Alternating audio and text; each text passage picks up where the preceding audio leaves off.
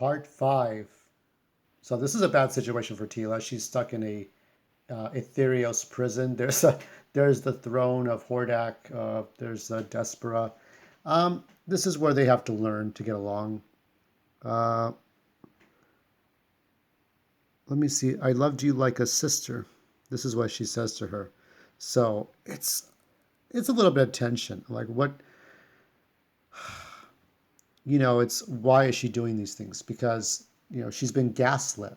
She's been brainwashed. She's been conditioned to be this way. I know what it's like to be conditioned by people that are supposed to care about you, but they will beat the shit out of you if you look at them the wrong way. So it's Adora's got to get over herself, or Despera, but Adora mostly. And this is Castle Grayskull. This is the final frontier, or the final conflict, I guess. And we're looking right now at Mechanic and Man-at-Arms are trying to figure out how to brace for Hordak's return if he ever does return. Um, they haven't displaced her body, and if that's what you're talking about, these are all, they've known each other for a long time. So there has to be a minimal amount of trust that they're going to get through this or they don't. But, you know, Man-at-Arms, He-Man, Mechanic, Buzz-Off, they've all been through so much. And now they know what to expect. They have to go even harder than before. There's a little tidbit here about when they were kids. Tila would stick her neck out, pun intended. She would defend Mechanic when others would make fun of him when they were children. So that was a nice detail. While there's a conversation, there's a whole attack going on. And He-Man's going to a special place. This is, as you might have thought, Grayskull can't take much more. Grayskull will have as it always has. This is the Smith room, or the room that has the secrets of Castle Grayskull. You can see different people. This was an important person of Gar, much like Skeletor's race.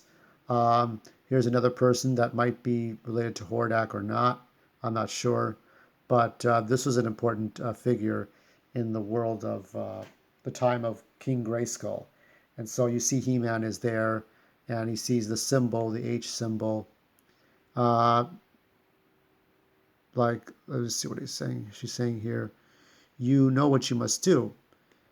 So he's going to this place. Now you see the sort of the blacksmith's table.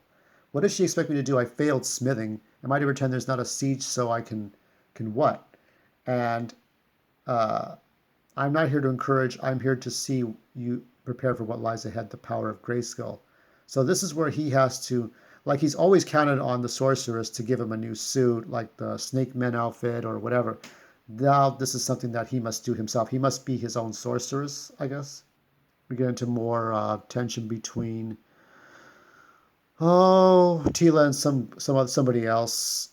But then we have Slave Master 50. This is just, more bullshit. Keeping me as a pet. I prefer my pet's housebroken. I'd have thought medium rare. So there's a lot of tension here. It's like, what are you trying to do? You will call me master, not mistress. Is there something I should know? You lack respect. Respect is earned. It's all about defending Hordak, a guy who wouldn't care about. Hordak would sacrifice Adora if it meant getting himself out of Despondos. So that's how it is. This is not somebody who gives a shit. It's clear. And she stabs her again.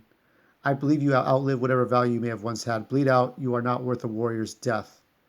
It's like, see to it that she is dazed in her dying. It will be so. This is like, at this point, Despera Adora is not even giving a shit. You just want to strangle her, right? And it seems like it's on the level of Revelation, right? But if everybody knows the Bible, you know how this is going to turn out. This is not going to turn out terribly. She is going to get through this. But for right now, this is how it is. The fight goes on. We're seeing more others. King Randor. We're seeing more of Hordak. It may have seemed like I've not read this, but I've read this many times. But, sometimes I forget. And here he's forging a new sword, probably new armor. But there is King Grayskull's memory of King Grayskull. Now, it's going to play out differently in the next arc before we get to the Shira arc. So we have an Anwak Gar arc and then the Shira arc. Um, so everybody's trying to like drive off the Horde troopers. Um, Half-hearted attempt on their part, my liege, but they meant to harass more than defeat. That's what I feared, and when they come at full force, we'll make them pay dearly. So this is just, it's merely a distraction because Adora and Hordak have other things planned. This is what it's really about. Uh, so the words he is speaking through Grayskull, or Grayskull is speaking through him. It had to be you, youth. Yours had to be the hand by which the sword was wrought. You had to claim the power as yours by right. Mine was by the guiding hand, but yours was the desire. The power of Grayskull and more is yours, should you choose to invoke it. Should you choose to pay the price, choose, youth. By the power of Grayskull, of course, and then I have the power. So now he got himself a new suit. He's got the new sword. This is where he had to really find his own power.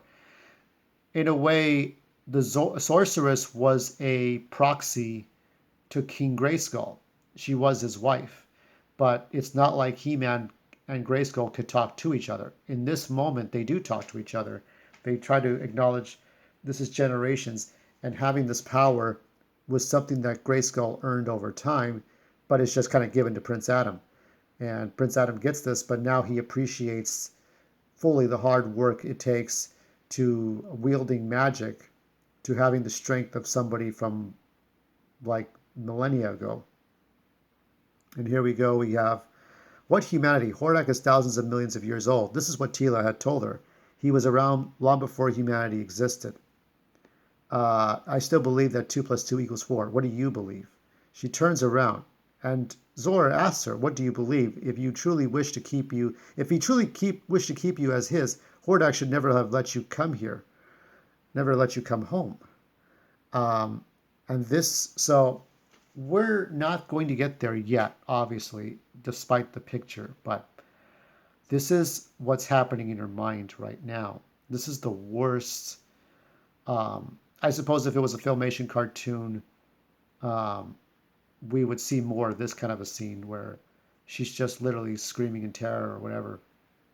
But it's a moment of being trapped, and Adora is trapped, and He-Man is just finding out how to take care of himself, and Adora is trying to figure out who she is. And this is the kind of story that needed to happen, whether it was told in 2002 or 2013 or 2021, or even after that. It's just this. It's going to get. There's going to be more tension, but we're going to get to the end of this, and we're going to figure out what Adora needs to do with her path from Hordak.